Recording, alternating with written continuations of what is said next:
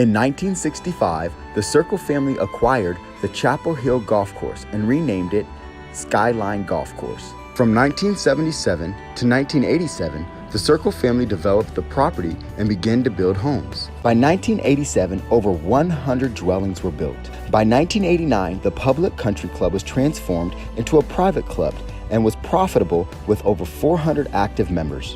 In 1990, the Circle family sold the club to the largest golf corporation in America, American Golf, which owned distinguished golf courses such as Palm Valley Country Club, the Las Vegas National Golf Course, and the Trophy Club of Atlanta.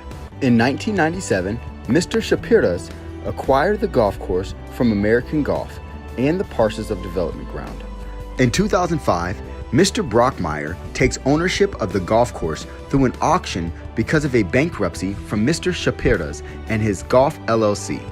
Mr. Brockmeyer immediately terminated all memberships, closed the club, and began the process to develop the property into a commercial development.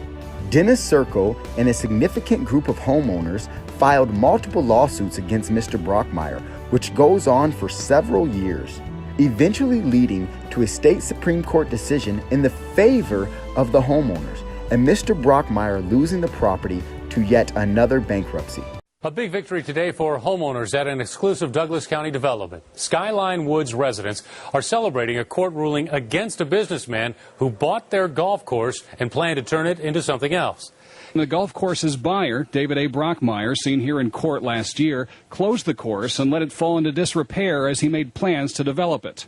Talked about a convention center, talked about condominiums, there were trees being cut down, trucks being driven down wet fairways after 4 days of rain, trucks parked on greens.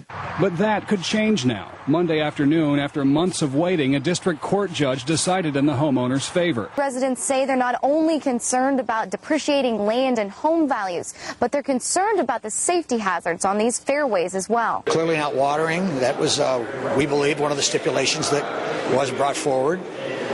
And certainly not the spirit of it, which is maintaining it in at least a park-like setting or a green setting. In 2012, a Mr. Dan Livingston buys the property with a loan from White Lotus. Mr. Dan Livingston defaulted on the loan and White Lotus took ownership of the property.